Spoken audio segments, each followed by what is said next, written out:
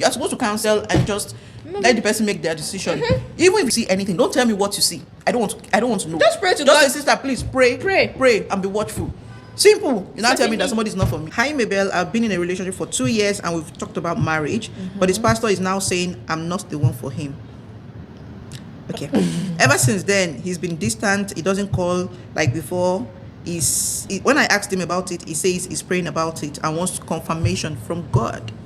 I don't know how to fight for something when someone's spiritual leader is already against me. What do I do? Should I give him the space to pray? I don't know what to do. Welcome to another episode of Talk to Mabel podcast. So yeah, sis, prayer is good, right? What was he doing for the 2 years? I don't know. Where was the pastor all these years? Maybe he's a new pastor and he has one sister called that he has already said, okay, this man, he's very active in church. This sister called, when they come together, Ministry. Sacrapona. Because I don't understand why a pastor should be telling you that someone is not for you. Even your parents should not tell you that. Your parent can only counsel you. Your pastor is supposed to counsel you, not tell you this person is not for you. Are you God? Maybe the spiritual baby still drinking milk. I don't get It's it. not your wind. So the pastor is the father that is now. So one of the most dangerous men to marry are men who are so gullible to believe whatever a spiritual person says. It could be their pastor, a prophet. Because you see men who say, prophet says or pastor says, you are the one behind my problem.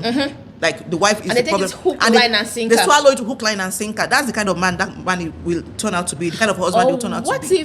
What if this man has fallen out of love with this sister and he's just using that? That was a day, because I don't understand why a man who wants to marry you will tell you that my pastor says you're not the one for me. Hello, who is your pastor? Is your pastor God? We all have equal access to God. I don't get it. Like in this generation where there is so much liberty, like we already know so much about God and our access to God. You're not come and say, my pastor says you're not the one for me. Is God telling you the same thing? That's why I usually say that there's nothing any pastor wants to tell me that I do not know before. There's nothing any spiritual person wants. It's just going to be a confirmation. And if it's not going to be a confirmation, it's going to be like, you know what, I don't accept that. Right? Your pastor is not God. What is God saying? preach, sis. Because no, this lady needs to hear. And do you know what I'm going to advise you? Just pray to God not to change his mind, but for you to move on, because I guess you already know what you want to do. You're not waiting for somebody to tell you do it or don't do it.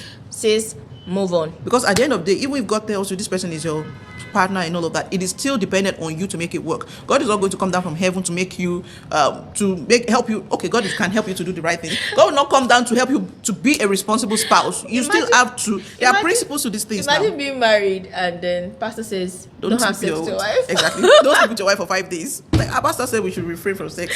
Excuse me, I can't marry. I remember something.